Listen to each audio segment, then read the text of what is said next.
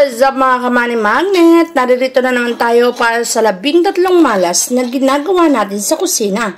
Ang una sa listahan ay kapag hinahayaan yung sira ang faucet o ang lababo nyo kung saan nasasayang ay tubig, pagkasayang din ng pera ang katumbas niyan. Ang elemento ng tubig ay pera. Kung ito'y palaging nasasayang, mauubos at mawawalan ka ng pera na magiging sanhi para ikaw ay mamoblema. At kapag ito ay madalas na nangyayari, magigipit at talaga namang mamomoblema ka. Kaya naman iwasan ang ganitong lababo. Ayusin kung sira na. Pangalawa sa listahan ay ang pagpapatong ng suklay sa ating mga dining table. Hindi maganda na nagpapatong ka ng suklay sa ating hapagkainan. Malas po ang bagay na yan. Ang suklay ay dapat inilalagay o ipinapatong sa tamang lalagyanan. Huwag na huwag mong hahayaan at ito ay nakapatong sa iyong kainan. Ang kainan dapat ay pinapatungan lamang ng pagkain at hindi kung anumang bagay. Para sa ganun, maiwasan mong supa at kamalasan na dulot nito. Makapagbibigay ito ng katinding kamalasan sa buhay mo. At ang matinding kamalasan na yan ay magdudulot ng kalungkutan, kasawian at pagkaubos ng pera mo. Ang mga bagay na to ay magsisimula kung hahayaan mo lang na nangyayari ang bagay na to. Huwag mo rin kakalimutan na ang ref at ang lutuan ay hindi dapat pinagtatabi. Ang elemento ng tubig at apoy ay dapat magkahiwalay. Ano ang maaaring posibleng mangyari kung ito ay palaging magkadikit?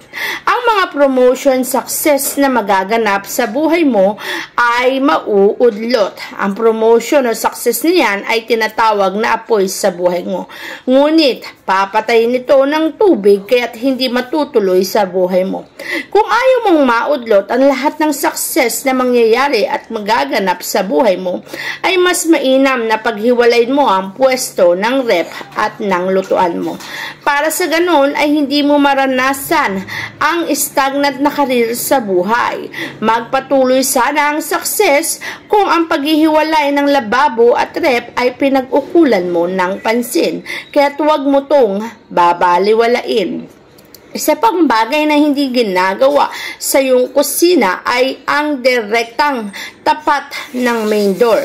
Yung bang tipong pag-open mo ng main door, kusina agad ang mabubungaran. Hindi maganda na pag-open ng main area o main door, kusina ang makita sapagkat magmamanifest ito ng pagkaubos ng anumang blessing o biyaya na papasok sa tahanan. Pagpasok ng blessing o biyaya, agad din itong lalabas sa iyong buhay. Kaya iwasan. Iwasan mo rin na sa main door ay direktang makikita ang refrigerator na punong-puno ng pagkain. Abundance at success ang nabibigay ng rep na yan. Ngunit kapag direkta itong nakatapat sa main door mo, pagkaubos din ng abundance ang mangyayari sa buhay mo. Palagi itong masisiro balance o mauubusan. Ang mga taong nakatira sa tahanan mo ay palaging walang laman ang sikmura dahil wala ring laman ang rep kapag ganito ang naging pwesto ng iyong tahanan. Kaya iwasan mo na maipwesto ang rep sa tapat ng main door, lalo na kung palagi itong open at palaging nakikita ang laman ng rep na yan. Maaari kasi itong mag-cause ng kalungkutan, pagkaubos at kawalan kung hahayaan mo lang ang ganitong setup sa iyong bahay. Kaya't mas mainam na pag-ukulan mo ito ng pansin ngayon pa lang. Huwag mo ring hahayaan na sa loob ng kusina ay ang mga pagkain ay nakalbalandra lamang sa iyong lamesa. Kung saan kapag ikaw ay naglilinis ay sinasapon ng iyong palad ang mga mumo o pagkain. Ang pagsasapon ng mga mumo sa pagkain gamit ang iyong palad ay is a big no-no.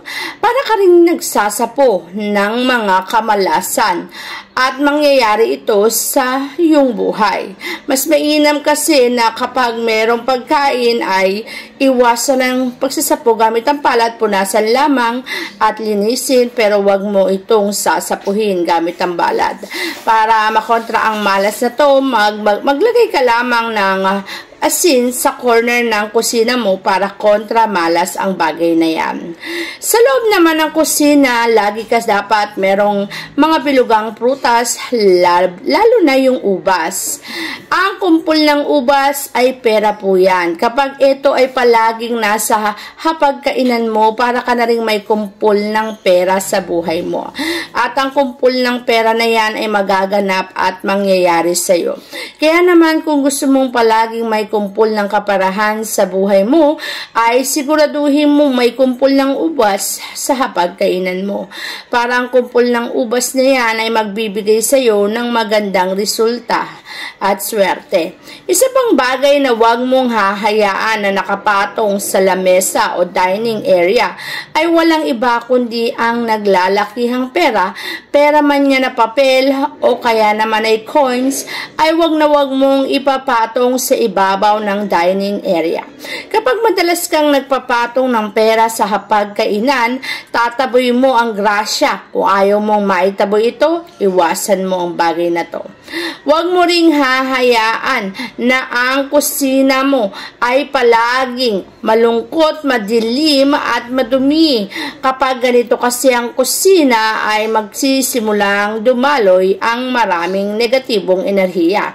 Para maiwasan na pagdaloy ng maraming negatibong enerhiya, ay mainam na magpwesto ka ng asin sa kusina. Ito ang sisip-sip ng mga negatibong enerhiya para hindi pumasok at magtagal sa tahanan. Huwag mo ring hahayaan na ang mga kusina ay nasasairan o nauubusan. Mas mainam na ang kusina mo ay palaging may laman. Lalo na yung mga jar sa loob ng kusina, huwag mong sisimutan. Ang pagkasimot kasi, pagkasimot din ang kaperahan. Mas mainam na ang mga jar sa kusina mo ay puno at talaga namang laging may laman, pati hapagkainan may fruits din dapat.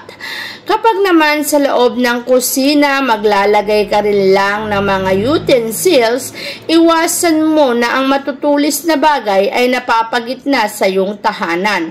Ang mga utensils na matutulis na bagay tulad ng mga kutsilyo, itak o ano paman ay dapat nakatago at hindi nasisilayan. Ito kasi ay magkukos or magmamanifest ng mga pangit na pangyayari sa iyong buhay. Kaya iwasan na nakikita, mas mainam na nakatago lang.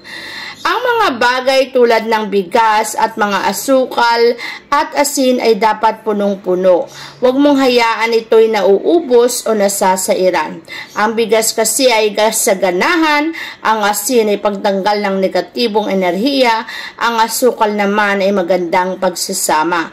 Kapag ang lahat ng to ay palaging puno, maganda rin ang magiging resulta nito sa iyong buhay, sa kasaganahan at pag-ibig at pagtanggal ng negatibong enerhiya.